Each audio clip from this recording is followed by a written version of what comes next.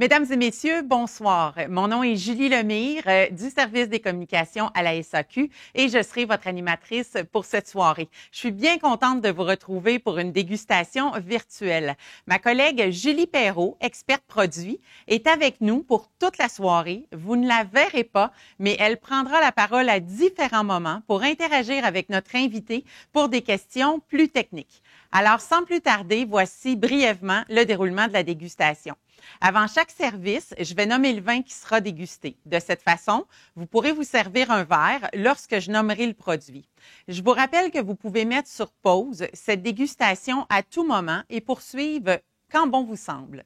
Tous les produits dégustés sont en vente à l'unité dans SAQ.com. Vous trouverez plus d'informations à ce sujet dans le carnet virtuel que vous avez reçu par courriel. Si vous en avez envie, n'hésitez pas à aimer l'événement dans notre page YouTube et à partager vos photos sur les réseaux sociaux en identifiant la SAQ. Alors, sans plus tarder, voici notre invité d'honneur. Nous avons le très grand plaisir de recevoir la directrice générale de Tempos Vega Sicilia pour les Amériques. Mesdames et messieurs, Diana Kelly, bonsoir et bienvenue, Madame Kelly. Bonsoir Julie, bonsoir à tous et toutes. Merci de votre accueil. Ça fait vraiment très plaisir. C'est nous qui sommes chanceux de vous avoir avec nous. Et je dois vous avouer que personnellement, je suis un petit peu jalouse de savoir que vous vivez au Mexique. La température est probablement un peu plus confortable que ce que nous, on a ici au Québec. Oui, c'est vrai. On n'a pas un hiver très froid ici. Donc oui, j'imagine c'est une grande différence. Ouais. Profitez du soleil pour nous. Sachez que c'est très précieux pour nous de passer ce moment privilégié en votre compagnie et bien évidemment de déguster quelques-uns de vos vins exceptionnels de Tempos Vega Sicilia. Merci d'avoir accepté notre invitation. Avec un grand plaisir. Alors, Madame Kelly, si vous le voulez bien, je vais inviter dès maintenant les gens à se servir un verre du Mandolas Oremus Tokai Dry 2019 pour agrémenter le plaisir que nous avons de vous écouter. Alors, pouvez-vous tout d'abord nous parler de Vega Sicilia, de son histoire qui date de plusieurs années? Oui, bien sûr. Donc tout d'abord, les groupes Tempos Vega Sicilia est en fait est formé par 5 domaines, 4 domaines espagnols et un domaine en Hongrie, où les ventes de Mandolas 2019 est issu. Et Bodegas Vega Sicilia, c'est à la base de ces groupes. Et c'est le domaine qui a été fondé en 1864, donc plus de 150. Et c'était fondé par Eloy Lecanda, qui lui, à l'époque, il a rapporté des pieds de vigne de Bordeaux, autour de 18 000 pieds de vigne. Aujourd'hui, il faut savoir que nos domaines en Espagne, les vins sont issus principalement du cépage Tempranillo. Mais à l'époque, par exemple, Unico, qui est les vins emblématiques de Vega Sicilia, était en fait un assemblage de plusieurs cépages.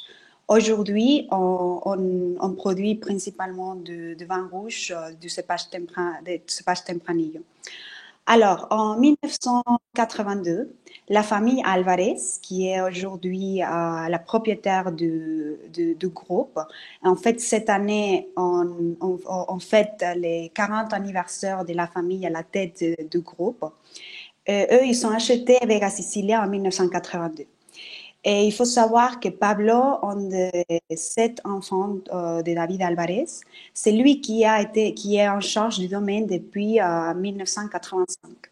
Et c'est vraiment grâce à lui qu'aujourd'hui, on a Vega Sicilia, mais on a aussi les autres 4 domaines.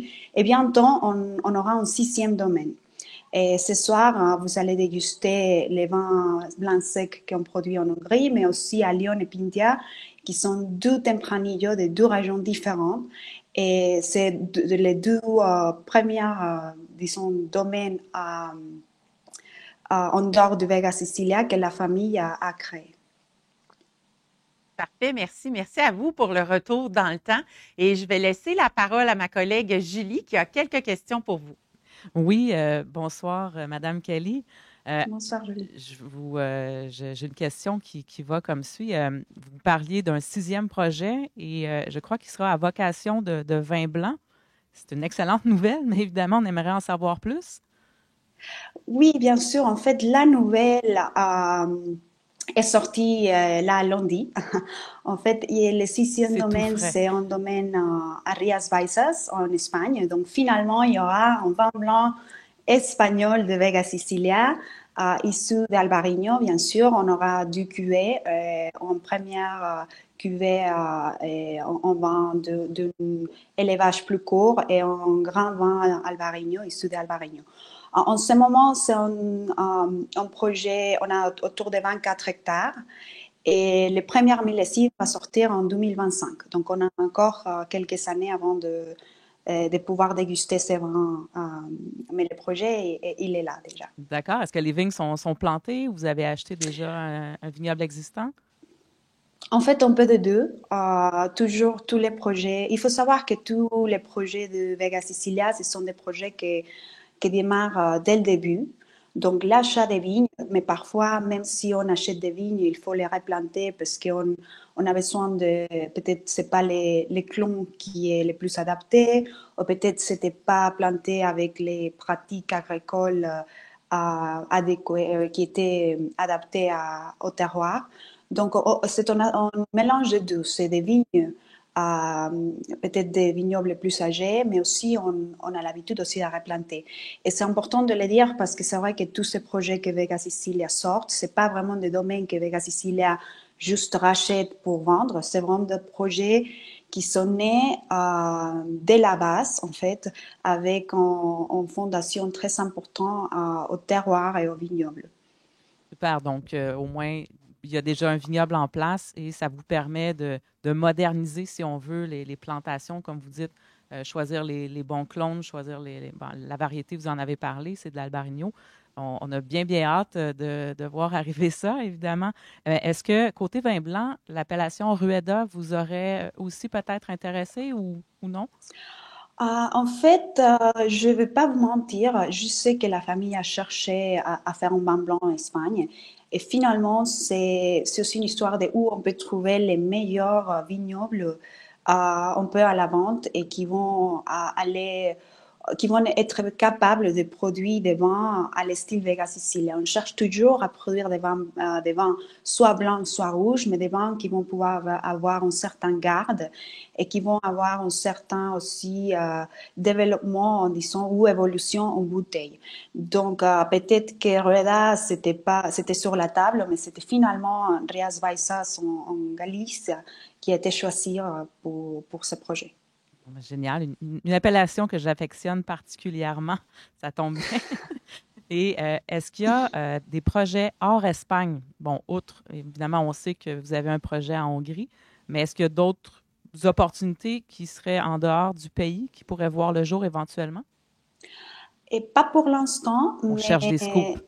mais c'est vrai que la famille, l'idée du Tempus Vega Sicilia, c'est d'être un groupe de domaines de grands vins. Donc, ça peut être en Espagne ou ça peut être en dehors d'Espagne. Donc, là, en ce moment, c'est finalement les vins blancs espagnols de Vega Sicilia qui va sortir. Mais je suis sûre que c'est pas hors de question d'avoir peut-être un domaine en dehors d'Espagne. La famille a cette idée en tête de vraiment pouvoir créer des projets qui vont en accord avec la philosophie de la famille. Merci beaucoup pour vos réponses. Alors, Julie, je te redonne la parole. Et avant de passer à la dégustation officielle, j'aimerais que vous nous parliez d'Oremus, puis de Mandolas, qui est un des vignobles d'Oremus. Bien sûr. Donc, Oremus, c'est vrai que c'est un domaine en Hongrie. Les vins est produit en Hongrie parce que parfois, on me pose la question si ce sont peut-être des raisins qui sont plantés en Hongrie, mais les vins est fait en Espagne. Non, pas du tout. En fait, les domaines en Hongrie, les cépages sont hongrois et les vins est fait en Hongrie. Alors, Oremus, les vignobles a été achetés par la famille en 1991. À la fin du régime communiste en Hongrie, les gouvernements ils ont mis des propriétés à la vente et ils ont mis des vignobles à Tokaj à la vente. Et dans la famille Alvarez à l'époque, ils étaient en cours de sortir déjà Allium comme un deuxième projet de Vega Sicilia. Et ils avaient déjà en tête cette idée de créer un groupe des domaines de grands vins. Et bon, Tokai est connu pour être un des terroirs les plus célèbres au monde. Donc, au moment où ils ont entendu qu'il y avait vraiment des vignobles de Tokai à la vente, ils sont voyagés en Hongrie pour voir ce qui était à la vente. Et ils ont décidé d'acheter Oremus. Et à l'époque, bon, la région de Tokai produisait que des vins doux, en tout cas commercialisait que des vins de dessert, les vins à sucre, ce qu'on connaît. Mais il y avait du potentiel de faire du vin blanc sec. Donc, András Vasco, qui était le directeur du Oremus pendant, bon, dès le début jusqu'à l'année dernière, qu'il a pris sa retraite, et il croyait vraiment qu'il y avait le cépage de Fourmint qui avait un potentiel énorme. Donc, avec avec la famille Alvarez, ils ont commencé à faire des tests de tous les cépages qui étaient plantés en Oremus. Donc, nous, on produit des vins doux issus de cépages Arcevelut, Seta, Muscat et Fourmint. Donc, on a fait des vins blancs secs de tous ces cépages. Et c'était vraiment Fourmint qui est ressorti comme un cépage qui pouvait donner un vin blanc sec avec un potentiel très intéressant. Donc, Mandolas, c'est le nom du vin. En fait, en hongrois, ça veut dire jardin d'amandes, parce que la principale parcelle était juste à côté d'une plantation des amandes. Donc, d'où le nom du vin. Et il faut savoir que Vega Sicilia, Mandolas est sorti en 2001. Et c'était un des premières, si je ne me trompe pas, c'était, je pense, que les premiers vins blancs secs de Tokai qui étaient exportés déjà. Donc, à Tokai, à l'époque, on buvait du vin blanc sec, mais normalement, ces vins blancs secs, c'était fait comme vin de table. Et c'était fait surtout dans les millésimes où on n'arrivait pas vraiment à faire beaucoup de vins botrytisés. C'était pas vraiment un super millésime pour les vins botrytisés. Et donc, les vignerons, ils faisaient son vin de Tokai pour commercialiser et ils faisaient leur vin de table, le vin blanc. Mais vraiment, lorsque Vega Sicilia est arrivé en Tokai et d'autres familles vignerons d'autres pays de l'Europe, et c'est là où vraiment les vins blancs secs à Tokai et on peut commencer à être commercialisé comme vin un peu plus haut de gamme et puis être exporté. Donc nous, on l'a fait en 2001 et ça fait plus de 20 ans qu'on travaille dessus. Et c'est un vin qui a changé énormément au cours des années et surtout au niveau des vignobles. Et aujourd'hui, on trouve qu'on arrive à vous offrir une dégustation d'un vin qui est un très beau vin, un vin qui vraiment peut avoir une évolution très intéressante en bouteille. Et puis, on est sur le style qu'on cherchait depuis le début, avec Mandolas 2019. Parfait, merci. Vous avez tout à fait raison de dire qu'on va déguster des vins d'exception ce soir. Et Julie, je te cède la parole. Je sais que tu as d'autres questions pour nous. Oh oui, en fait, ce serait intéressant pour suivre nos auditeurs, Madame Kelly, en ce qui concerne l'étendue du vignoble hongrois. Ça représente environ combien d'hectares de vignes? On a autour de 130 hectares de vignes. Pour Oremus? Pour Oremus. OK. Ouais. Et si on parle du vignoble hongrois au complet, avez-vous une idée? Franchement, j'ai pas les chiffres en tête en ce moment. Et c'est vrai que pendant la régime communiste, la production s'était faite en coopérative et c'était pour la plupart envoyé en Russie. Donc, lorsque les vignobles il est mis à la vente et d'autres propriétaires ils sont venus, et même des vignerons hongrois ils ont repris la production, on a créé des domaines à une taille plus petite, donc avec beaucoup plus de soins de la vigne, etc. Nous, on a acheté les vignobles de Ramos en 1991 et depuis, on a fait vraiment une sélection de parcelles spécifiques pour la production du vin blanc sec. Pareil que pour les clons des vins blancs secs, qui n'est pas exactement la même chose. Mais on n'est pas vraiment les domaines les plus grands de la région. On est un domaine, je pourrais dire, à taille moyenne dans la région. D'accord. Et vous parliez, bon, c'était moins l'habitude de faire des vins blancs secs, à tout le moins pour l'exportation. On en souhaite de plus en plus, évidemment, et on comprend la situation avec le changement de régime et tout ça. Est-ce que, selon vous, bon, vous parliez, vous avez expérimenté le cépage Furmint et les autres variétés locales, le Furmint qui donne, de toute évidence, d'excellents résultats. Est-ce que, selon vous, il y aurait d'autres endroits dans le monde qui pourraient être aussi profitables ou qui pourraient donner d'aussi bons résultats qu'en Hongrie pour ce cépage? Pour le cépage Furmint? Pardon? Pour ce cépage Oui. en spécifique? Oui, ou... pour le Furmint. Alors, c'est vrai que c'est pas le Furmint, mais aussi dans d'autres pays de l'Europe de l'Est, on a des cépages qui ressemblent aux Furmint, donc j'imagine que ça peut être aussi une possibilité. On va déguster les vins et vous allez voir que c'est un vin qui a une minéralité assez marquée. Donc, on est sur des sols volcaniques. Donc, toutes ces régions, donc, on a des sols volcaniques. Furmint a cette capacité, on peut absorber ces minéralités et puis à la garder pour que nous, on puisse la déguster au verre. Une région qui a des sols qui peut être un peu similaires, c'est la Loire en France. Donc, on trouve aussi des sols volcaniques, surtout dans la région des Vouvray, par exemple. Et donc, le Furmint vraiment a la possibilité de très bien se développer dans ce type de sol.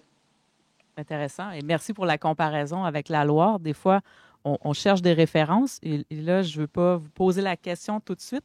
Je crois qu'en dégustation, il y aura des éléments qu'on pourra retirer au niveau du style que ce vin-là peut offrir. Julie, je vais te redonner la parole pour la suite.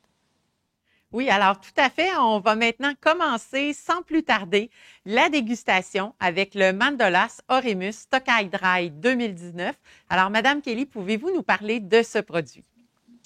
Alors, bien sûr. Donc, je vous disais, c'est un 100% Furmint. Déjà, il faut savoir que le Furmint, c'est un cépage qui a une très belle acidité. C'est une acidité qui les ressent à la capacité de garder l'acidité tout au cours de la maturation. Donc, on garde une très belle acidité naturelle au vin. Et on peut même sentir cette fraîcheur qui vient tout de suite, qui vient du cépage. On a aussi cette minéralité, des petites notes très minérales au nez, qui vient aussi du sol volcanique dont je parlais tout à l'heure. Et c'est un vin qui a un peu de notes florales avec quelques accents de... Moi, je pense que c'est un peu de fruits exotiques, un peu de la pêche parfois. Donc, c'est un vin qui se ouvre progressivement en verre, mais on peut avoir des notes florales fruitées et quelques nuances un peu minérales. Moi, je trouve surtout tout de suite ce qui me fait penser, c'est vraiment la fraîcheur dans les vins.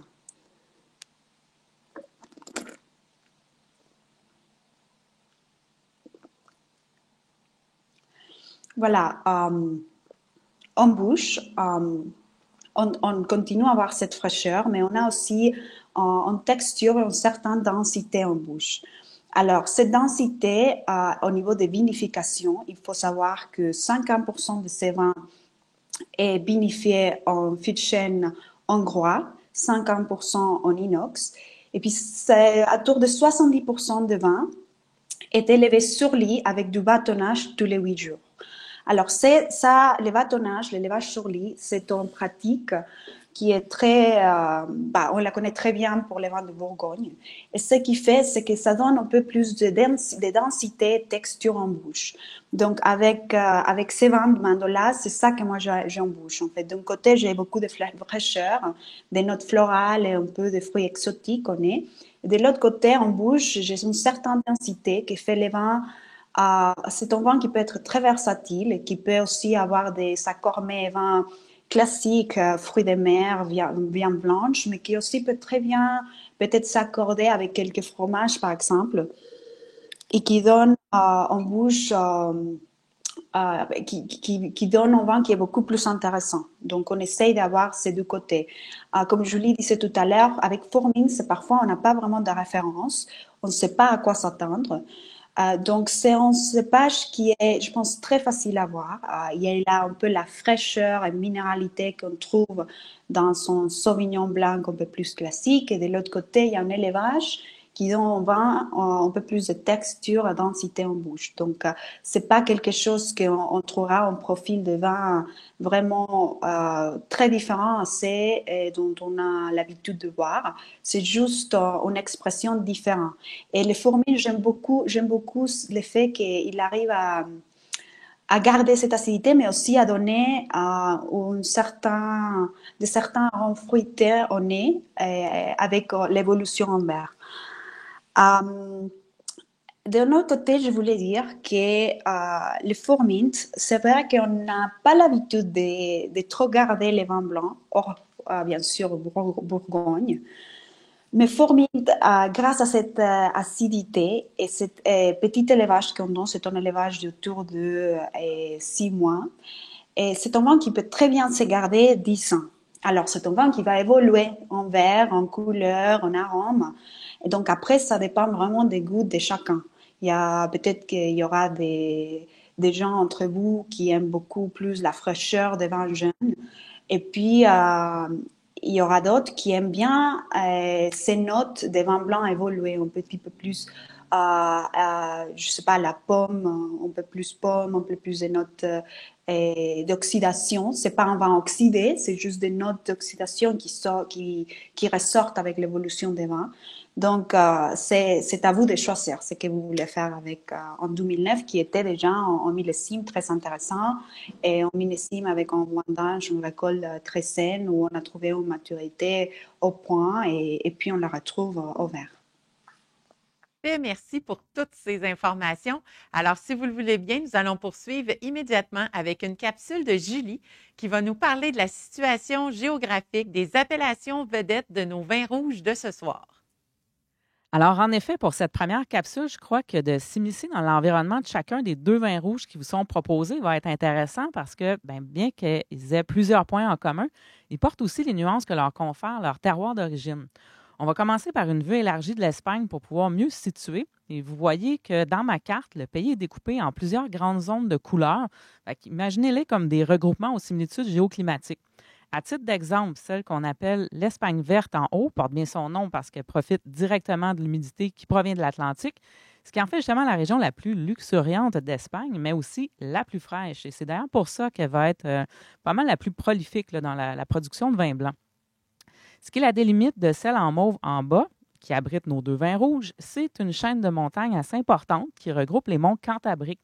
Et ces montagnes-là, elles ont la particularité de bloquer l'entrée des nuages chargés d'humidité dans les terres, ce qui a comme impact de carrément changer l'ambiance climatique. Le relief aussi va être impacté, notamment au niveau de l'altitude des vignobles. On va se retrouver dans un environnement aux allures de plateau. Et tenez, je vous le montre ici. Et j'en profite également pour peut-être évoquer chez certains d'entre vous des souvenirs de vacances parce que ce qu'on voit en haut, c'est un des nombreux chemins qui mènent vers Saint-Jacques-de-Compostelle. Et s'il y en a parmi vous qui l'ont déjà fait, c'est exactement au lendemain de ce passage ici que vous découvrez à quel point vos mollets sont peut-être pas aussi bien entraînés que vous le pensiez. Mais outre ce petit aparté sur le fameux pèlerinage, je vous invite maintenant à voir d'un peu plus près la région viticole de la vallée du Duero, que voici. Et vous avez bien compris que le Duero, c'est un fleuve qui coule vers l'ouest jusqu'à se jeter dans l'océan Atlantique, après avoir traversé le Portugal et où il prendra le nom plus connu de Douro, qui est évidemment à l'origine de l'endroit où on élabore les fameux Portos. Ici, on le voit en terre espagnole bordée d'un relief plus doux. Et ici, peut-être un paysage que vous reconnaissez si vous avez déjà eu la chance de visiter les spectaculaires vignobles en terrasse de la région du Douro. Mais là, je ne veux pas m'égarer. Je reviens donc à ma carte pour vous montrer où se situent les appellations vedettes que vous avez en dégustation ce soir. Le premier vin que vous allez déguster, le Allion, provient de l'appellation d'origine éponyme à la région, Ribera del Duero. Et si on fait une centaine de kilomètres vers l'ouest, environ 1 heure de voiture, On arrive dans une autre appellation d'origine contrôlée, un peu moins connue, mais tout aussi intéressante, qui se nomme Toro. Et maintenant, on va se pencher sur les éléments qui les distinguent. Et si je peux vous suggérer quelque chose, c'est que même si les vins vont être dégustés et commentés un à la fois, prenez le temps par la suite de les comparer côte à côte pour vraiment avoir la chance de vous imprégner des nuances de chacun. Donc, je vous fais un petit résumé des points qui nous intéressent le plus. Il faut comprendre qu'ils ont beau être deux vignobles qui ne sont pas très loin de l'un de l'autre, mais on voit d'emblée qu'il y a des différences au niveau de l'altitude moyenne de chacun. Je vous rappelle que plus on monte par rapport au niveau de la mer, plus c'est frais. On parle d'environ d'une différence de 1 degré Celsius par tranche de 100 mètres, donc ça peut être assez notable. Et ça va avoir un impact aussi sur les moyennes saisonnières. Comme vous pouvez le voir, on a clairement une influence un peu plus continentale en Ribera del Duero, qui se caractérise par des saisons beaucoup plus marquées. On peut même presque dire qu'ils ont des hivers qui ressemblent aux nôtres. Et c'est aussi un des rares endroits en Espagne, à cause de ça, qu'on va rencontrer des problèmes de gel parfois, pendant la période végétative. En fait, c'est que c'est plus variable d'une saison à l'autre, alors qu'à Toro, c'est un peu plus équilibré, c'est plus constant. Et le constat général qu'on pourrait en tirer, c'est qu'à Toro, c'est plus chaud, plus ensoleillé et plus sec. Et évidemment, ça va se jouer sur le mûrissement des fruits. Et si, enfin, on compare les types de sols, on se rend compte qu'ils ne sont pas composés des mêmes éléments et qu'en Ribera del Duero, on retrouve une complexité particulièrement surprenante. On fait même état de 19 types de sols et sous-sols, et ça, c'est juste dans les vignobles appartenant à Vega Sicilia. Justement, ensuite, si on regarde les vignobles du côté d'Alion, on remarque que les vignes sont plantées en gobelets. Alors évidemment, contrairement au palissage où les vendanges pourraient être mécanisées, ici, ce n'est pas ça. Donc, tout doit se faire à la main. La surface du sol est assez riche en calcaire. Ça permet de mieux garder l'humidité au vignoble, même si on doit quand même s'astreindre à une densité de plantation moindre, qui a aussi une incidence sur les rendements, qui vont être beaucoup plus faibles qu'ailleurs. Donc, vous pouvez le remarquer justement en regardant la distance entre chaque plant. Ici, on se transporte chez Pincia. Vous voyez qu'on a un sol beaucoup plus rocailleux. Et ça va agir sur la rétention de chaleur qui va être plus grande. Et ça va moins conserver l'humidité, par contre. Ça ne sera pas comme le calcaire ou l'argile, par exemple. Et remarquez qu'on a encore une plus grande distance entre les ceps pour pallier à ça, donc pour garder un équilibre, en fait, pour nourrir la plante. Donc, tout ça fait partie de l'équation de nos terroirs et creuse un peu plus les différences qu'on va retrouver entre les deux. Maintenant, à quoi s'attendre dans le verre? Mais commençons par en savoir un peu plus sur le cépage utilisé, le Tempranillo, qui est, qui fait partie à 100% de chacune des cuvées. D'abord, un ou deux synonymes que vous risquez de rencontrer dans chacune des appellations, soit sur la contre-étiquette, soit sur le site d'un producteur. Soyez juste au courant qu'on parle bel et bien toujours du même cépage, le Tempranillo. Sinon, au niveau organoleptique, c'est une variété qui est assez aromatique, donc qui va donner des vins très expressifs. Autre caractéristique intéressante, c'est que c'est un cépage qui comporte une acidité modérée, contrairement, par exemple, à du pinot noir ou encore des variétés italiennes comme le Sangiovese ou le Nebbiolo. De façon générale, on va lui associer des parfums de fruits des champs qui vont osciller dans le registre de la fraise, la framboise, la cerise noire, la mûre, et qui va être modulé par l'environnement dans lequel les grappes vont avoir poussé, parce que évidemment, si c'est plus frais, on est habituellement plus sur des fruits rouges avec une vivacité plus présente. Tandis que si on réfère à un climat plus chaud et ensoleillé, ça va être plus sur les effluves de fruits noirs, même des fois de fruits cuits ou même confits comme le pruneau, la figue ou la date. Et finalement, comme c'est souvent le cas avec les vins de Tempranillo, c'est un cépage doté d'un excellent potentiel de garde. L'usage de la barrique de chêne sera fréquent.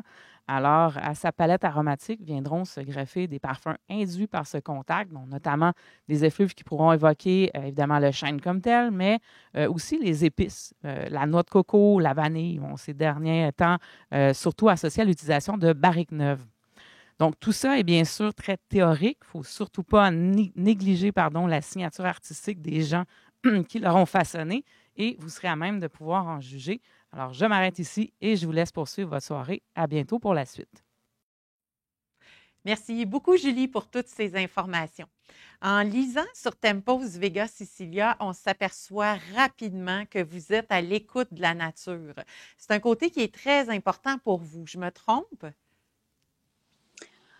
Non, je ne lis pas du tout. En fait, quand la famille Alvarez a acheté Vega Sicilia en 1982, ils ont tout de suite arrêté l'utilisation d'herbicides et pesticides. Et depuis, il y a un travail dans les vignobles qui a été fait parce que la famille, et surtout Pablo, ils ont tout de suite compris que vraiment le patrimoine de Vega Sicilia, c'était les vignobles. Aujourd'hui, on a la chance d'avoir des très bons vins qui sortent de pas mal de coins du monde. Donc, on a des très bons vins qui sortent un peu de partout. Donc pour nous, on aime boire du vin, c'est très bien. Mais dans le monde du vin, il reste encore les grands terroirs. Et Vega Sicilia, et les vignobles de Vega Sicilia est un de ces grands terroirs de vin. Donc la famille a tout de suite compris que ça, c'était vraiment les patrimoines. C'était un domaine qui aujourd'hui, il a plus de 150 ans. Et l'idée, c'est que le domaine reste les prochains 150 ans. Et pour ça, il faut suivre des méthodes, des pratiques respectueuses de l'environnement. C'est la seule façon dont on arrive vraiment à avoir des sols vivants, des sols qui se renouvellent et qui permettent de donner vie à des raisins sains et qui peuvent donner la qualité de tous les vignobles du groupe. Et ensuite, une agriculture raisonnée, comme je dis, avec des méthodes et des pratiques très respectueuses de l'environnement. On ne suit pas les cahiers de charges spécifiques bio et biodynamie. On prend quelques pratiques de chacun et les adapte au terroir et aux conditions qu'on a. Le climat à Ribera del Duero peut être très, très capricieux. Donc, parfois, les suivis en domaine en bio, en biodynamie, est tout à fait un cahier de charges exact. C'est pas évident. Et ce qu'on fait, c'est plutôt Enrique Macias, c'est le directeur de viticulture de Vega Sicilia. Et lui, sa méthode, c'est vraiment d'être très, très près des vignobles. Et comme ça, on peut tout de suite identifier s'il y a une vigne qui est malade et d'abord la traiter avec des pratiques les plus naturelles possibles. Et si on a besoin, on traite, mais on traite que ces pieds de vigne-là. On ne fait pas de traitement par parcelle. On suit plutôt, comme je dis, l'agriculture raisonnée et on surveille la vigne de très très près. Et l'idée, c'est de garder ce patrimoine-là. Et même si c'est les vignobles de Vega Sicilia dont je parle en ce moment, tous les autres projets, on a exactement la même philosophie. Tous les vendanges sont faits à la main. On fait un tri également. Et au niveau du chai, on travaille avec des pieds de cuve, donc des levures indigènes. Et on essaie d'être les plus respectueux possible au niveau de la vigne comme au chai également, pour avoir une exploration des terroirs qui est tout à fait ce qu'on a et aussi disons une image du millésime de chaque domaine. C'est ça qui fait les vins en tout cas intéressants. Parfait, merci. Maintenant, j'aimerais vous entendre parler d'Alion, le deuxième vignoble qui a été créé dans l'histoire de Tempos Vega Sicilia. Alors, à Lyon, je pense que c'est le domaine du groupe qui est peut-être le plus célèbre. Il y a bien sûr Bodegas Vega Sicilia, mais à Lyon a tout de suite connu une demande qui est même à ce jour est quand même assez impressionnante. Aujourd'hui, on a une demande à Lyon qui est 3 fois la production qu'on a. C'est un domaine que la famille a créé en 1991 et c'est issu d'une sélection très rigoureuse des meilleurs terroirs de Ribera del Duero. Et pourquoi? Parce qu'il faut, et c'est important à noter que Ribera del Duero, c'est une région au niveau des sols qui est très complexe. On a des sols qui sont très hétérogènes. Donc, pour vous donner un exemple, à Vega Sicilia, à Bodegas Vega Sicilia, nous avons 210 hectares. Et les vignobles sont plantés sur 19 différents types de sols. Juste dans notre propriété, nous avons 19 différents types de sols. Donc, c'est cette complexité qu'on cherche à avoir en Lyon aussi, parce que en cherchant de récolter, de vendanger des différents sons de la région de Ribera del Duero, on peut avoir cette complexité des sols que la région a et qu'on trouve que c'est vraiment un atout de Ribera del Duero. Et alors, 50% des raisins qui font partie d'Allion viennent de cette sélection des parcelles de la région. Et 50% viennent en fait du domaine de Vega Sicilia. Jusqu'en 1988, on produisait un quatrième vin à Vega Sicilia qui s'appelait Valbuena 3. On a arrêté la production de ces vins et les raisins qu'on utilisait pour Valbuena 3 aujourd'hui font partie de Allion. Et qui est, comme je vous dis, c'est un vin qui, à l'époque, la famille cherchait à faire un vin beaucoup plus moderne, avec un élevage plus court que les vins qu'on produit chez Bodegas Vega Sicilia. L'appellation Ribera del Duero a été fondée en 1992. Donc en 1991, c'était encore une appellation assez jeune.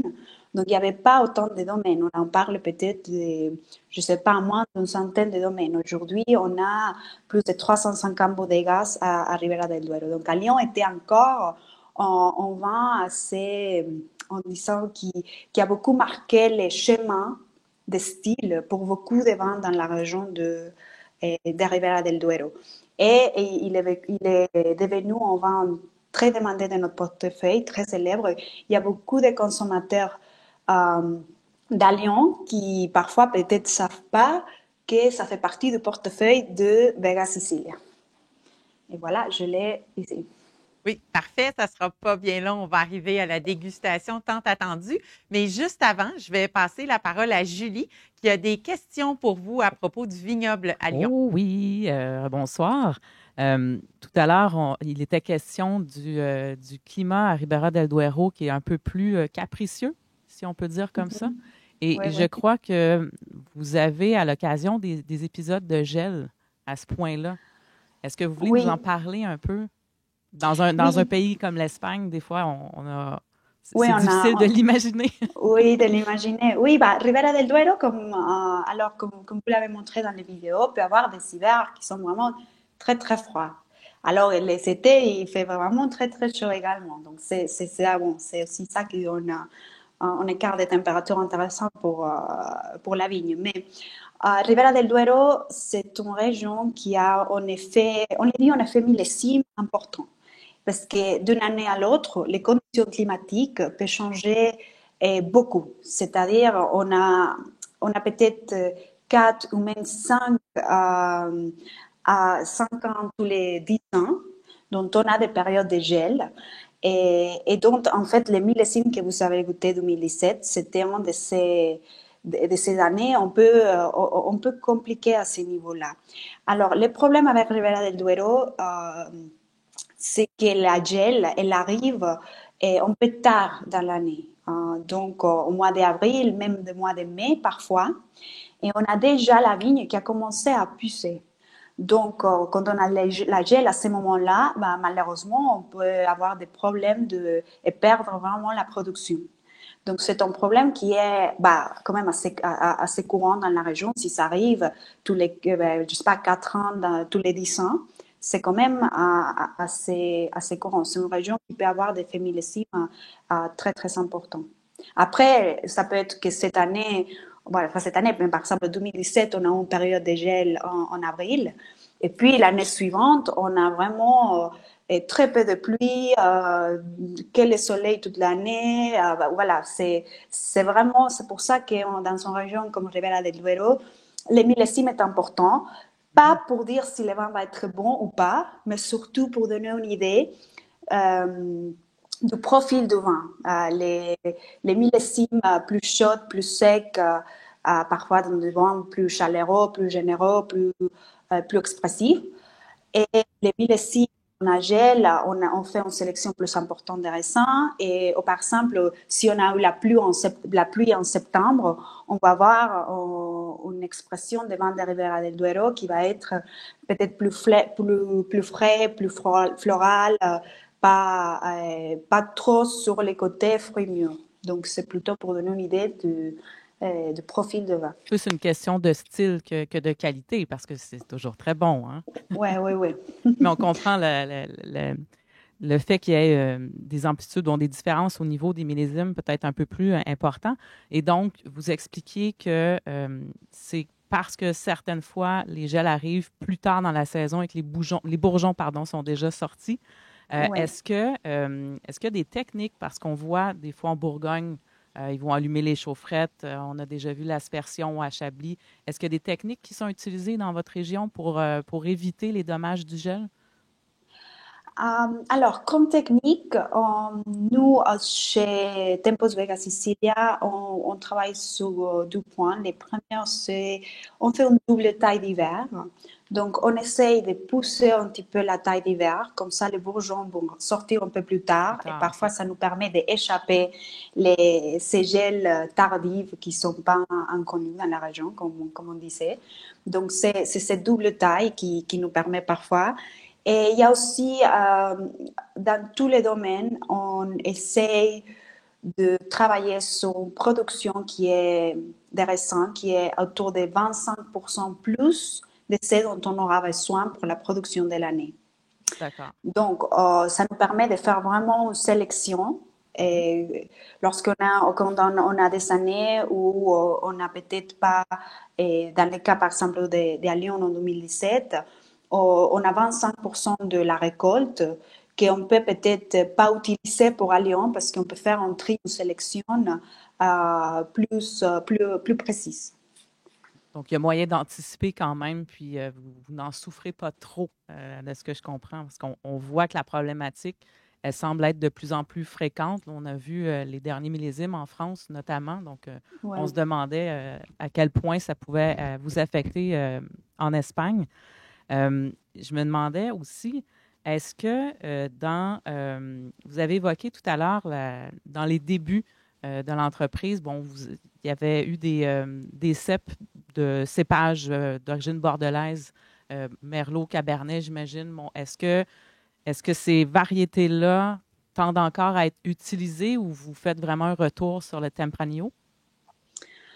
Non, là, aujourd'hui, on travaille vraiment sur les Tempranillo. On a gardé un tout petit peu de Cabernet Sauvignon, autour de 5% dans les vignobles de Bodegas Vega Sicilia, et également de Merlot, un tout petit peu. Et donc, le Cabernet Sauvignon, on l'utilise pour la production de Unico, en devant de Bodegas Vega Sicilia, et le Merlot, on l'utilise pour la production de Valbuena, et l'autre vin qu'on produit chez Bodegas Vega Sicilia. Pour le reste, à Lyon, Pintia et même Macan, dont on parlera un petit peu plus tard, c'est fait qu'avec du Tempranillo, bon, les clons locaux, mais on travaille sur des Tempranillo. Pourquoi? Parce que, alors, bien sûr, au cours des années, il a fallu replanter les parcelles.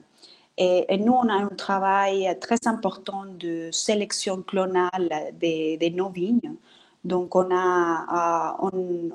clone notre propre vigne pour replanter nos vignobles. Et on s'est rendu compte que quelques cépages qu'il y avait à l'époque, au moment où il a fallu replanter ces vignes, les cépages ne s'est pas adaptés de la même manière. Un exemple, c'est par exemple les Malbec qu'on avait chez Vega Sicilia et qu'on utilisait jusqu'au millésime 2008 pour la production de Valbuena. Et on a essayé de replanter le Malbec. On l'a replanté même avec un clone de nos parcelles, mais on n'arrivait pas vraiment à les faire réussir au niveau de qualité. Et on ne sait pas si c'était parce que les Malbec qui étaient plantés, c'était un Malbec qui a été planté il y a vraiment pas mal d'années et qui était très bien adapté à la parcelle où il était. C'était une très, très vieille vigne qui arrivait vraiment à donner une qualité, peut-être pas en quantité, mais en qualité assez intéressante. Mais au moment où on a voulu le replanter, on n'arrivait pas vraiment à avoir la qualité. C'était un Malbec qui est parfois trop élevé au niveau d'alcool, qui manquait un petit peu d'acidité et qui ne donnait pas vraiment plus au vin. Donc, on a décidé d'arrêter le Malbec, pareil pour les petits verres d'eau. Et on s'est rendu compte que la sélection de Tempranillo qu'on avait dans nos vignobles était vraiment exceptionnelle. On pense qu'on a même un clone Vega Sicilia dans nos vignobles. On travaille avec plus de 40 clones de Tempranillo dans nos vignobles. Et on pense qu'on a même un clone qui n'a pas de nom. C'est un clone juste à nous. Et on se rend compte que c'est vraiment le Tempranillo qu'on arrivait à faire, à planter et à faire pousser le mieux. Et après, bon, c'est un peu logique. Hein, si tu mets dans ton vin les cépages qui est les plus qualitatifs de ton vignoble, bon, tu auras un vin beaucoup plus qualitatif. C'est toujours ça qu'on cherche. Donc, on s'est mis vraiment à se concentrer sur la production de Tempranillo pour donner les meilleurs Tempranillo qu'on peut faire dans chaque région. D'accord. Et si vous permettez, vous avez évoqué la cuvée Unico, qui est le porte-étendard du domaine Vega Sicilia. Et j'aurais peut-être une question, mais très rapide et en quelques mots, si vous pouvez le faire, parce qu'on m'a soufflé à l'oreille qu'un des participants à l'événement a complémenté sa dégustation d'une cuvée. Donc, on s'intéresse à savoir où il l'a trouvé. C'est plutôt rare, mais si vous avez la chance de goûter à ça, c'est spectaculaire. Mais juste en quelques mots, parce que c'est particulier, c'est quand même un assemblage de plusieurs millésimes. Donc, juste savoir peut-être ce que vous avez à dire sur ce produit, mais très brièvement, s'il vous plaît. Oui, alors, chez Bodegas Vega Sicilia, on produit aujourd'hui 3 vins. Unico, Valbuena, et il y a un troisième vin qui s'appelle Unico Réserve Spéciale. Et c'est tout à fait un assemblage des millésimes de Unico. Et donc, c'est une production très, très limitée. Vraiment, on ne produit pas trop parce que déjà, au niveau production, c'est pas évident. C'est un assemblage de millésimes. Unico, c'est un vin qui est en élevage au moins de 10 ans. Donc, après, faire un assemblage des millésimes qui ont déjà été en élevage plus de 5 ans, c'est compliqué.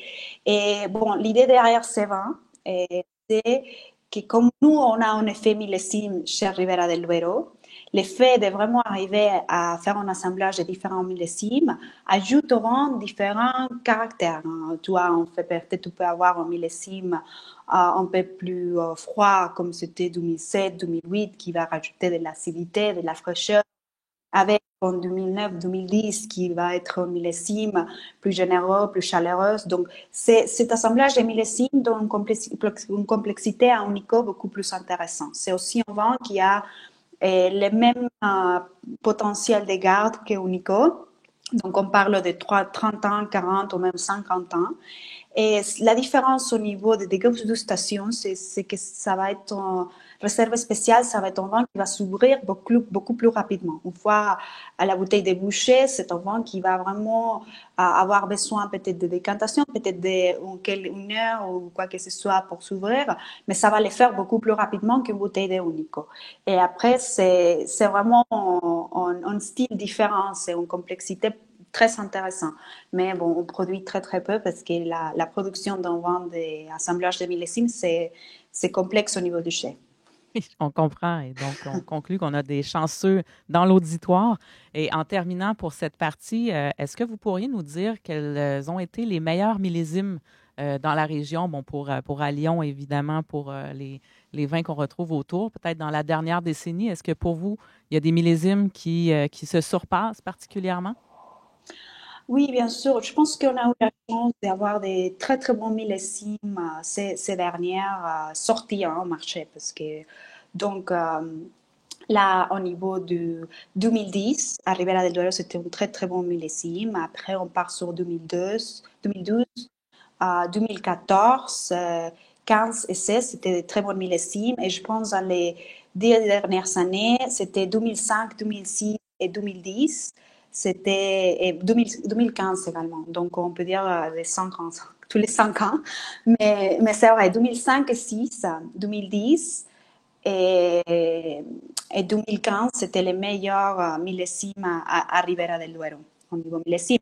Après, c'est pas que les autres étaient des mauvais millésimes. On dit toujours chez Vega, on essaie vraiment de dire ce message que Et c'est pas parce qu'on a eu un millésime un peu plus froid, ou un millésime où on a eu des conditions climatiques qui sont tout à fait normales pour la région, comme la gel ou la pluie, etc., qu'on va avoir un mauvais millésime. C'est juste que ça va être un millésime qui va être peut-être, qui va avoir un style différent.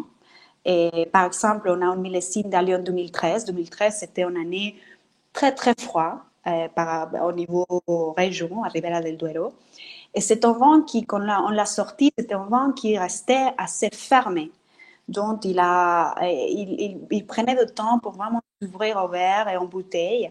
Mais c'est un vent qui avait une acidité exceptionnelle, un vent qui avait une fraîcheur en nez qui était évidente. Et aujourd'hui, on ouvre une bouteille d'Allion 2013 et c'est vraiment exceptionnel. Parfois, on aime beaucoup ces années plus froides parce que ça donne un caractère plus élégant et frais à la région. La région est connue pour donner des vins puissants, des vins expressifs, des vins profonds. Et parfois, dans ces années un peu plus froides, et c'est vrai qu'il faut trier un petit peu plus, c'est un peu plus un défi au niveau de chai, au niveau des vignobles surtout. Mais au niveau du vin, c'est très bienvenu parce que ça donne une élégance et une fraîcheur que dans une région comme Ribera del Duero, on attend toujours.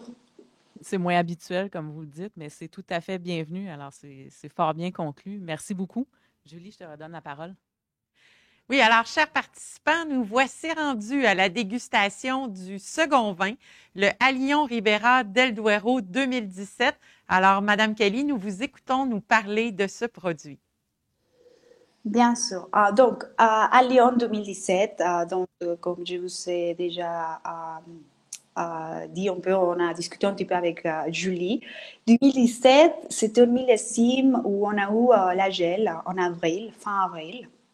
C'était un millésime un peu plus complexe. Nous, on a réussi à échapper un peu disons les problèmes de cette gel suite à une double taille d'hiver. Donc, on taille un peu plus tard pour essayer d'échapper ces gels qui sont pas reconnus dans la région, comme je disais. Et aussi parce qu'on arrive, on produit plus de ce dont on a besoin. Donc, dans ces années, ça nous permet vraiment de faire une sélection. Donc, finalement, c'est une millésime qui était très, très réussie, avec une fraîcheur très intéressante. Et si on passe aux dégustations, on a tout de suite les fruits qui ressortent, les fruits mûrs, surtout, un peu de fruits un peu compotés.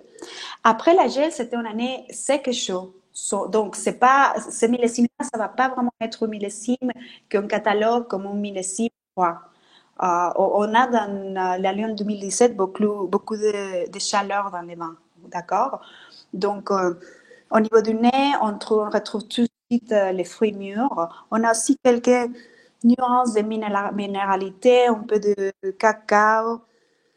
Voilà, c'est un vin qui va s'ouvrir en verre et on peut se rendre compte tout de suite. Si on les laisse au verre, c'est un vin qui va vraiment évoluer beaucoup au nez. Et on passe au bouche.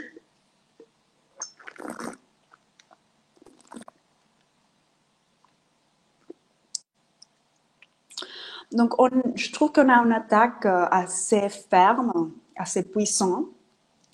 Mais après, ça reste en bouche avec des notes un peu.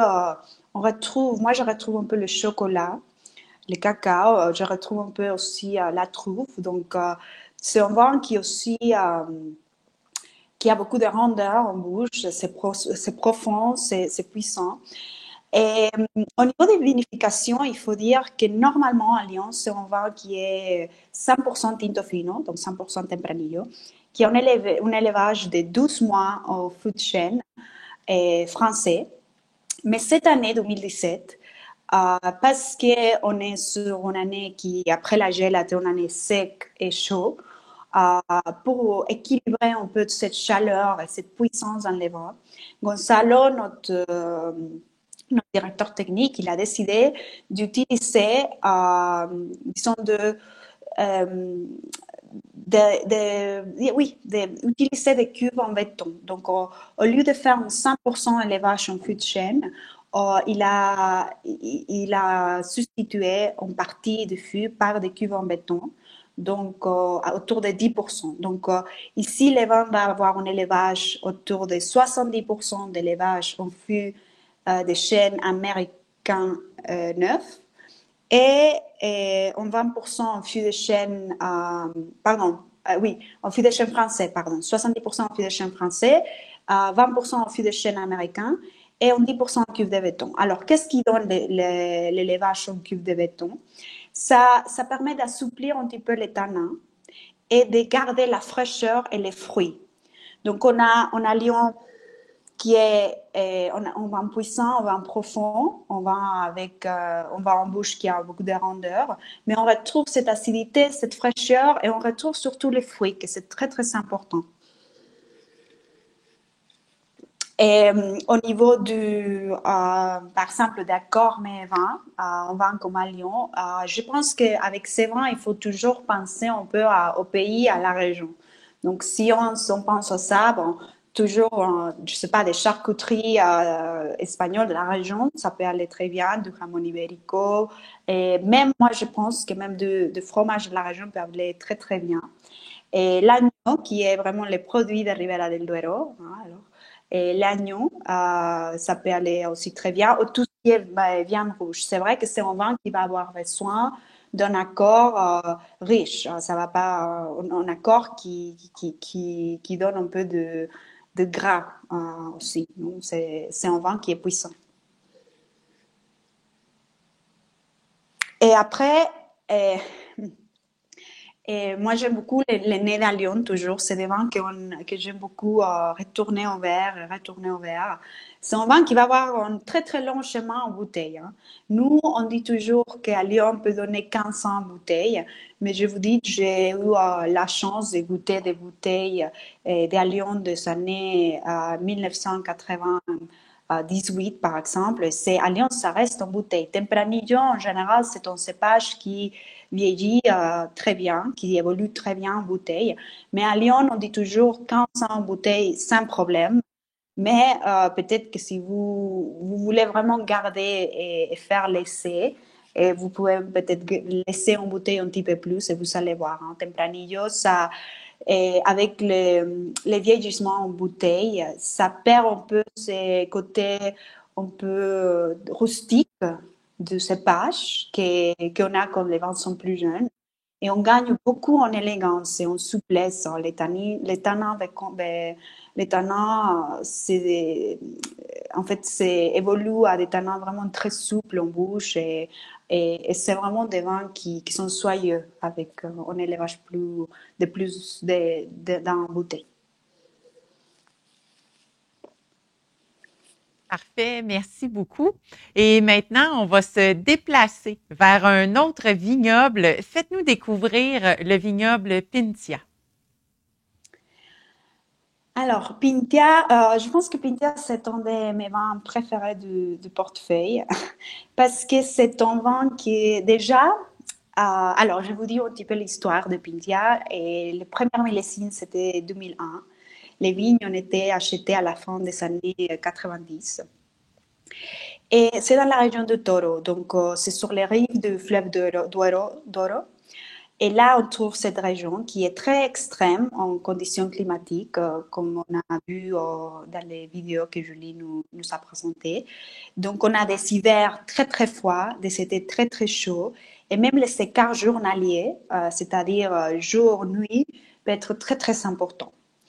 Et après, au niveau de pluie, c'est même si les régions, par exemple, de Rioja, Ribera, ce sont des régions qui ont des niveaux, au niveau des pluies, c'est très peu. On parle autour de 450 mm de pluie par an en moyen. Ici, à Toro, on parle de la moitié. On parle autour de 250, 280 mm de pluie par an, ce qui est vraiment rien. Donc, c'est la région la plus sèche de toutes les régions dont Vega Sicilia produit du vin. Alors après, au niveau du sol, pour vous donner une référence, on est sur des sols la superficie est très similaire à ce qu'on trouve au Châteauneuf-du-Pape, avec les très très gros galets aux superficies. On a autour de 1 mètre de rochers et puis après on a du sable. C'est toutes les régions de l'Europe dont la phylloxéra n'a pas pu vraiment se développer autour de cet sol sableux au-dessous. Chez Pintia, 75% de nos vignobles sont encore en pied franc, c'est-à-dire ils n'ont pas été affectés par la phylloxéra, donc ce sont des vignobles qui sont encore, on a pu planter sans greffage. Okay? Et donc, ça, on pense que ça, c'est important à dire parce que ça donne aussi au vin final de certaines caractéristiques au niveau des goûts qui sont très, très, très uniques. Hein. Donc, à Toro, avec toutes ces conditions de sol, de climatique, on a des baies de Tempranillo qui sont extrêmement petites, sont très petites et sont très concentrées. Toro donne toujours des vins très puissants. C'est la région dont Vega Sicilia produit des vins et peut-être une des régions en Espagne dont on trouve les vins les plus puissants de portefeuille. C'est des vins au niveau de la couleur, on n'a jamais vraiment de problème d'extraction, on a toujours une très belle couleur, très profonde, il n'y a pas de souci. Là, disons que c'est pas un problème, mais là où il faut faire beaucoup de tension à Pintia et Toro, c'est vraiment la date de récolte. Et c'est pas juste la date, c'est le moment de la journée où on récolte, on fait la vendange. Parce qu'on cherche à avoir une maturité dans les baies pour éviter d'avoir des notes très rustiques qu'on peut avoir si on a un tempranillo qui n'a pas vraiment bien maturé. Mais on cherche à toujours garder la fraîcheur des arômes et l'acidité dans les baies pour après pouvoir vraiment la retrouver au verre. Donc, Pintia, ça va être un vin qui va être toujours très puissant, mais le style que nous, on produit aujourd'hui, c'est un style très frais de vin de Toro. Je pense qu'un de ces styles les plus frais qu'on peut trouver est issu de cette région-là. Et, et puis, bon, après, on peut passer aux dégustations, sauf si, Julie, vous avez des questions au niveau de la région. Bien sûr, j'ai toujours des questions. Vous avez parlé bon, de vignes franches de pied bon, qui n'ont pas été atteintes par le phylloxéra. Juste pour le bénéfice de tous, j'imagine que les gens sont au courant. Le phylloxéra, c'est un peu comme c'est un puceron qui s'attaque aux racines. Et dans les sols plus pauvres, très sablonneux comme ça, donc très secs, donc le puceron ne résiste pas et c'est tant mieux. Est-ce que, je sais que vous avez acheté le vignoble, donc il y a quelques années, est-ce qu'il y a quand même des vignes presque centenaires dans ce que vous avez acheté ou ça a été replanté ou c'est quoi le pourcentage de vieilles vignes que vous avez? Autour de 40% des vieilles vignes. OK. Le reste, ce sont des vignes qui ont replanté. En moyen, tout vignoble, l'âge des vignes, ça se retrouve autour de entre 35 et 40 ans. Et chez nous, on pense que vraiment, c'est vrai que les vieilles vignes dont concentration particulière, mais on pense que l'âge moyen de vignoble, autour de 40 ans, c'est là où on arrive vraiment à retrouver la meilleure expression de nos vins, avec un âge moyen de vigne de 40 ans. D'accord. Vous avez fait allusion tout à l'heure à Châteauneuf-du-Pape, un endroit où l'on sait que les racines des vignes ont tendance à pouvoir aller très, très profondément dans le sol. Est-ce que c'est le même phénomène qu'on retrouve à Toro? Oui, tout à fait. En fait, il y a plusieurs facteurs qui font ça. Et bon, comme on dit, bon, des sols en superficie qui ressemblent au Châteauneuf-du-Pape. Donc, c'est des galets, hein, avec les grands galets en superficie. Après, parce qu'on n'a pas vraiment beaucoup de pluie, la densité des plantations est moindre qu'à Ribera del Duero, au Rioja. Parce que les vignes, les pieds des vignes, ils ont vraiment besoin de place autour d'elles pour vraiment aller très profond et chercher de l'eau. Comme on n'a pas beaucoup d'eau, pour vous donner une idée, à Rioja ou Ribera del Duero, on peut avoir 1 mètre entre lignes de plantation. À Toro, on a 3 mètres Donc, la densité de plantation est moindre, mais moindre parce que on a un sol un sol qui est beaucoup plus pauvre, et aussi parce qu'on on a vraiment pas de l'eau. Donc, il faut stresser les vignes, mais il faut aussi les donner ce dont elles ont besoin pour pousser un peu. Donc, voilà. Donc, au moins, ça permet d'aller plus profondément dans le sol aussi, puis peut-être aller chercher quelques réserves d'eau qu'on retrouve plus difficilement Ouais. en superficie. Euh, Vous parliez tout à l'heure de date de récolte qui est vraiment primordiale et vous avez évoqué le moment de la journée. Est-ce que par hasard, ça arrive que vous faites des vendanges de nuit? Oui, ça peut arriver, mais disons, c'est pas déjà établi comme une règle. Il y a beaucoup de gens qui pensent que automatiquement on va toujours vouloir faire la récolte dans la nuit. Et en fait, dans la pratique, au moment disons, début septembre, quand on est là au moment où la vendange va démarrer, en fait, on fait des analyses des baies tous les heures pour savoir où on se retrouve. Parce que en septembre, il peut être très très chaud dans la journée, et d'une heure à l'autre, en fait, les caractéristiques des baies au niveau du sucre et d'acidité peuvent changer beaucoup. Donc, on essaye vraiment de faire des analyses des baies tous les heures pour pouvoir identifier les moments où il faut absolument les faire. Après, parfois, tu dis, bon, on attend la nuit. Mais là, en attendant la nuit, les paramètres acidité et sucre des baies vont changer beaucoup. Donc, on ne peut pas vraiment dire on va les faire que la nuit. On les fait au moment où il faut les faire. Et si on essaie, on essaie d'éviter vraiment les moments les plus chaleureux de la journée aussi. Mais s'il faut les faire en Pour début les de travailleurs matinée, aussi. fin de journée, bon, on va les faire, oui. D'accord, merci. Mais, merci pour toutes ces réponses toujours très intéressantes. Julie, je dois te redonner la parole. Parfait, avec plaisir. Et nous voici maintenant rendus à la dégustation du troisième vin, le Pintia Toro 2016. Alors, Madame Kelly, nous vous écoutons. Alors, Pintia. Hein? Alors, Pintia 2016. Alors, le millésime 2016 de Pintia, c'était une année très intéressante parce qu'il nous est arrivé quelque chose qui n'est pas disons, très commun dans la région.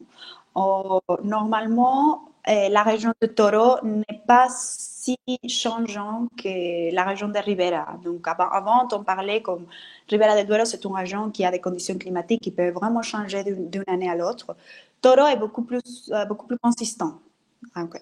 Là, en 2016, on a eu ce qui c'est pas vraiment quelque chose qui arrive souvent. On a eu de la pluie en septembre. Et donc, c'était vraiment les vendanges les plus longues qu'on a eues dans l'histoire de Pintia. On n'a jamais eu de vendanges si longues. On les a démarré autour de 10, je pense que c'était le 13 septembre, et on a arrêté le 7 octobre à cause de la pluie. Alors après, qu'est-ce qui donne la pluie? Nous, normalement, quand il pleut, il faut attendre que les baies perdent l'excès d'eau et se concentrent à nouveau. Donc, ça donne une maturité beaucoup plus longue. Il faut attendre, donc la maturité est beaucoup plus longue, et ça permet aussi de fixer l'acidité. Plus la maturité est longue, plus l'acidité va pouvoir se fixer dans les baies. Donc, on a en 2016, qui est un vin de Toro, un vin Pintia, qui est vraiment très frais. Donc, on va goûter. Bah, au niveau des nez, comme je disais, c'est les vins les plus puissantes de notre gamme. Donc, on va retrouver à nouveau beaucoup de tabac, de cacao, de chocolat, un peu de café également. Et ça va être un vin qui va s'ouvrir beaucoup plus rapidement que les autres vins de notre gamme. Normalement, Pintia, c'est les vins dont on débouche, et les vins va vraiment très, très rapidement s'ouvrir. Et on retrouve aussi les fruits, bien sûr. Si on attend un petit peu après ces notes un peu plus puissantes de tabac, chocolat, etc., on retrouve les fruits mûrs.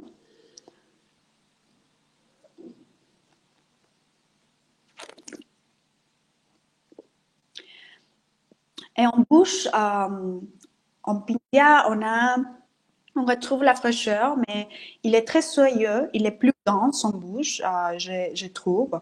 Mais il y a aussi un vin qui est très précis. C'est un millésime qui nous a beaucoup aidé avec cette histoire de fraîcheur qu'on cherche surtout à Toro.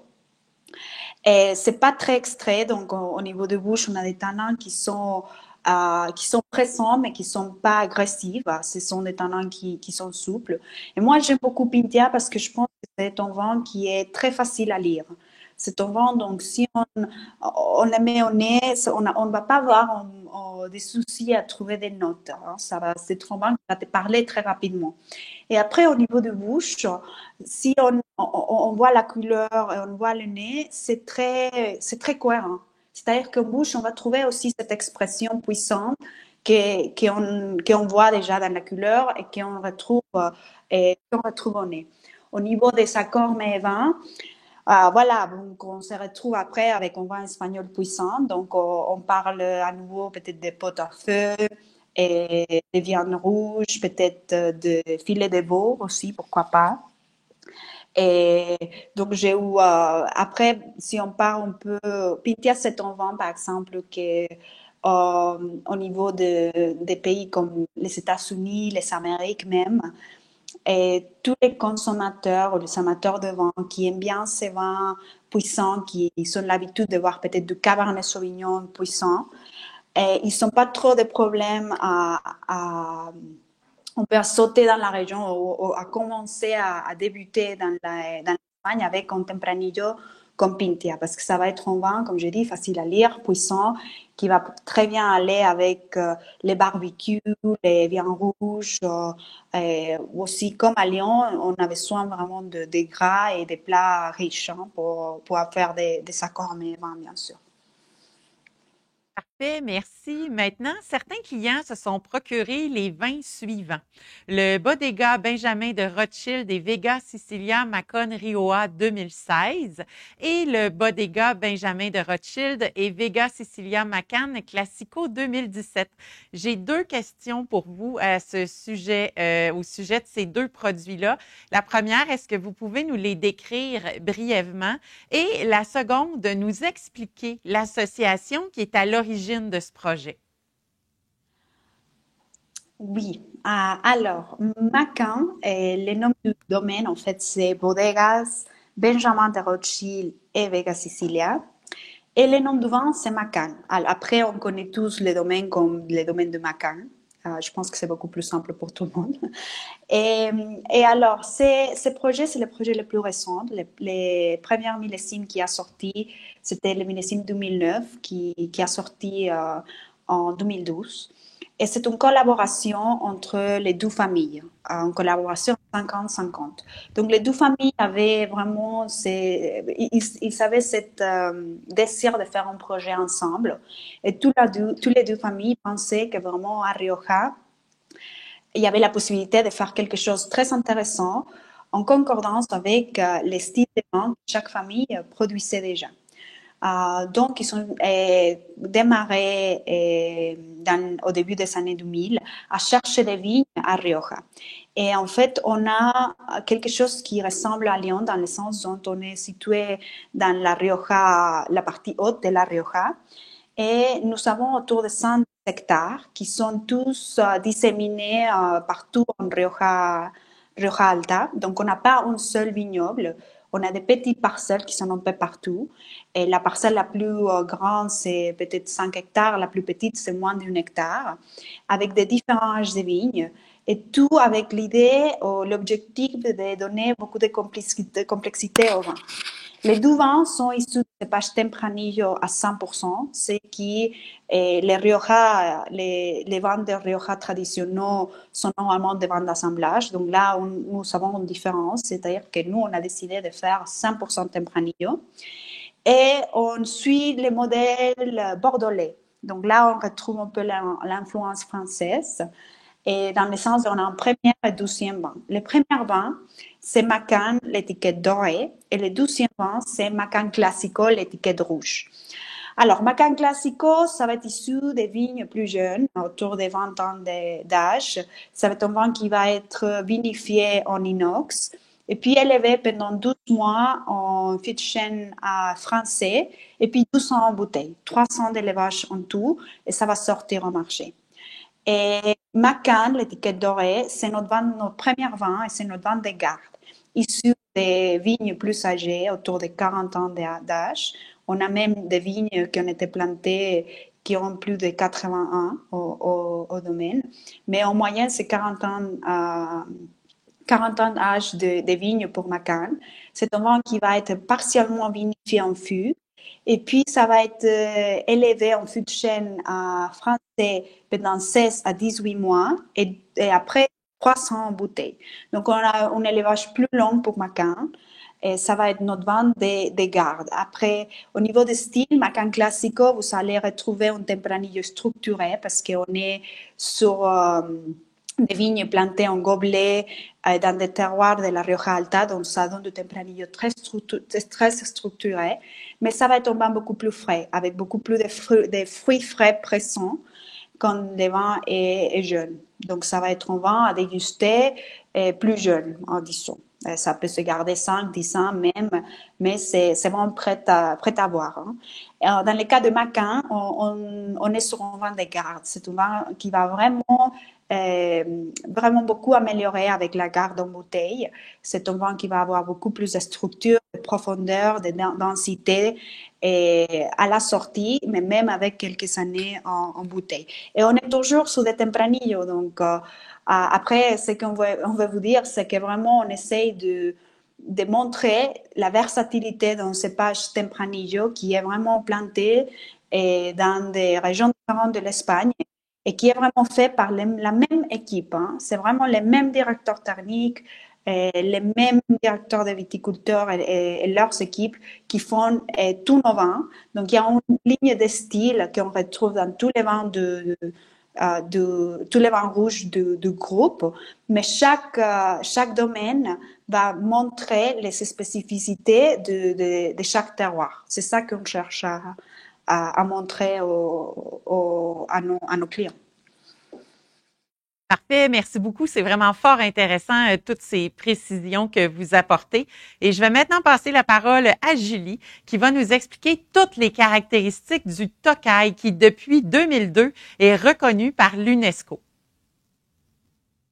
Alors, pour cette deuxième intervention, on vous propose une incursion dans le processus tout à fait exceptionnel qui est celui à l'origine des Tokaï Azu, les incomparables vins de dessert hongrois.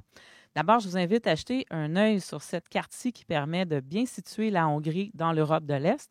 Ses principaux vignobles se situent au nord-est, à quelques kilomètres de Budapest, qui en est la capitale et est tout à fait magnifique, comme vous pouvez le constater ici.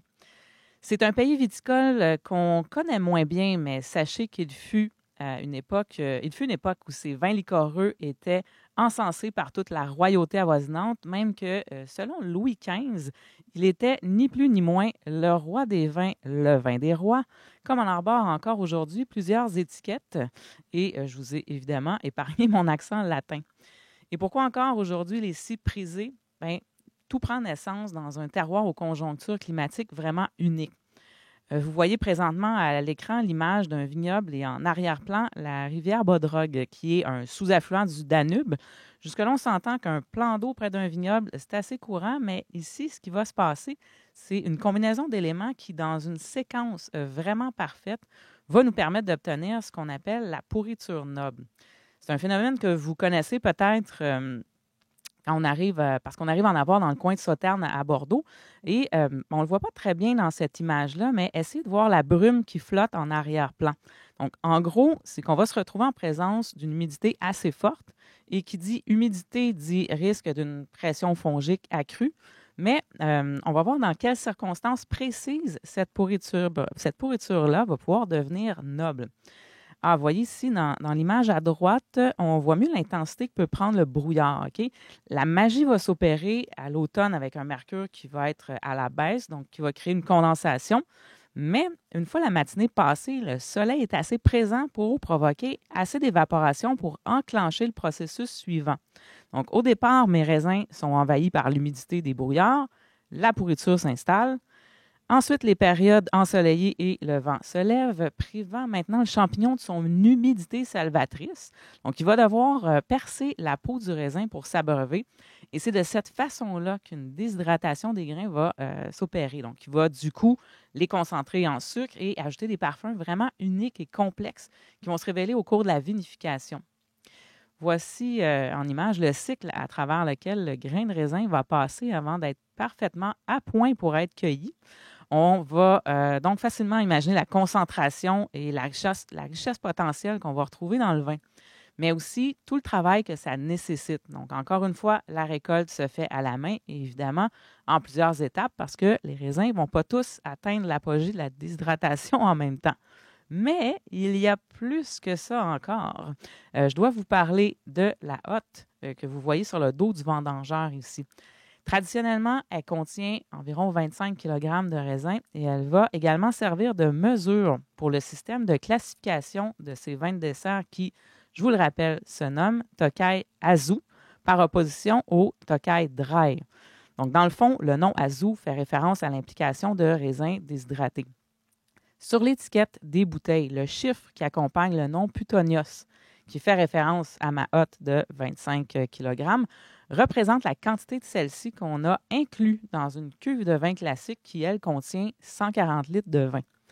Pour vous donner une idée des proportions, voici ce que ça donne. Et à gauche, vous retrouvez les références en sucre résiduel pour chacun des types de vins.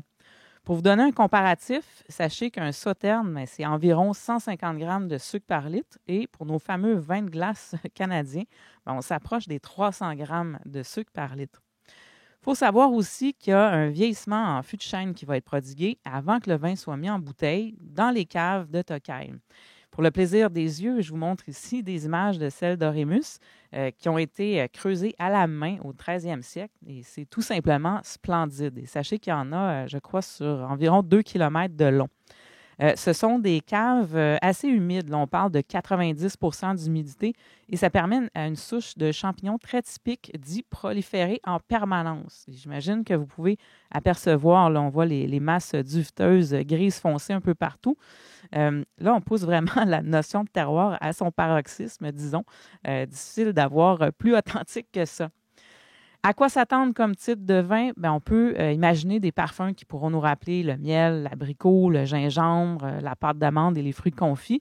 Et pour un 5 Putonios comme celui actuellement disponible dans le réseau, je vous dirais que c'est le niveau d'équilibre le plus excitant là, entre la richesse en sucre et la vivacité qui garde le vin quand même vraiment digeste. Et si vous cherchez des idées de dégustation, bien, je vous laisse sur ces quelques images qui pourront vous faire saliver, soit une savoureuse crème brûlée où on aura pris soin de faire caraméliser un peu de sucre d'érable, ou encore le mariage exquis des saveurs sucrées-salées qu'offrent les pâtes persillées avec les liquoreux, pour les amateurs, ou encore le bonheur se trouve dans les choses toutes simples, pourquoi pas avec un fin chocolat noir. Alors avouez que vous avez l'eau à la bouche. Merci beaucoup, Julie, pour toutes tes recherches. C'est vraiment très impressionnant. Tout ce que tu nous présentes est fort intéressant. Alors, Madame Kelly, maintenant, je vous laisse la parole pour que vous nous parliez de ce fameux Tokai Azu 5 Putonios Orémus 2013. On vous écoute. Les 5 Putonios, là, vous savez vraiment, nous, chez Orémus, on produit 3, 5, 6 Putonios. Et c'est vraiment les 5 Putonios dont c'est les vins où on trouve l'équilibre le plus intéressant. À Tokai, je pense que l'atout ou la caractéristique la plus intéressante de ces vins de Tokai, c'est l'équilibre sucre-acidité qu'on retrouve.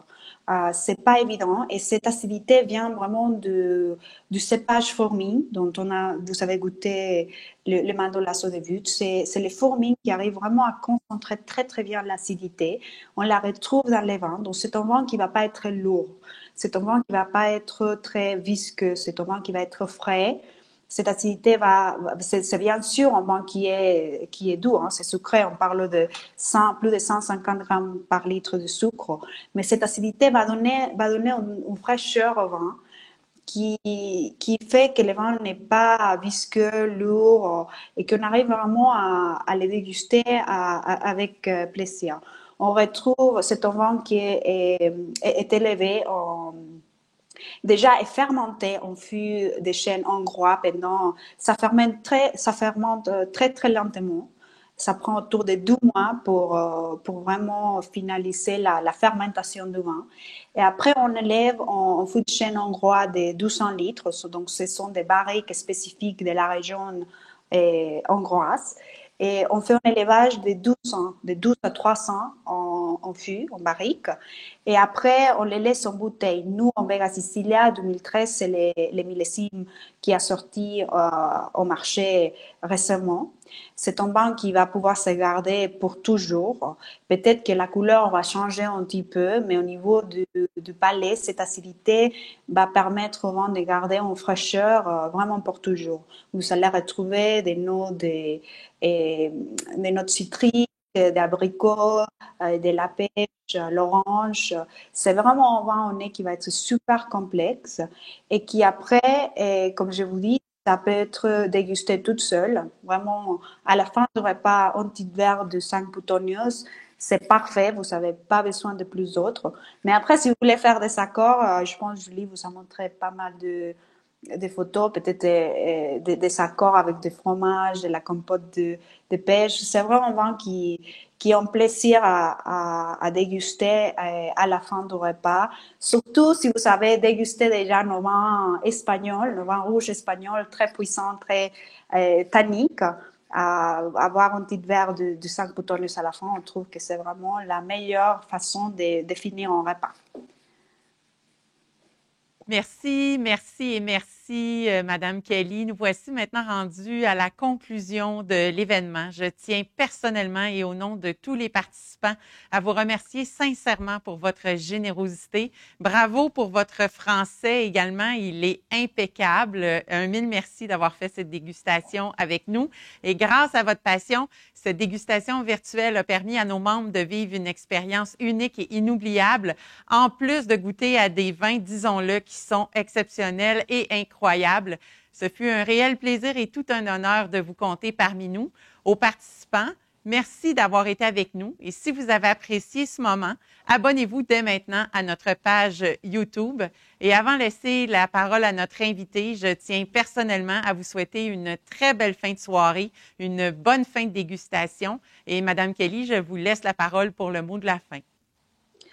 Bon, encore une fois, merci beaucoup pour votre accueil. C'était avec un grand plaisir et toujours pour nous, c'est très important de pouvoir partager avec vous nos vents et ce qu'on fait. J'espère que j'ai arrivé à vous transmettre toute la passion et le travail que toute l'équipe de Tempos Vega Sicilia fait, et vraiment pour donner les vins avec les vins qui ont été faits avec les plus de soins possibles.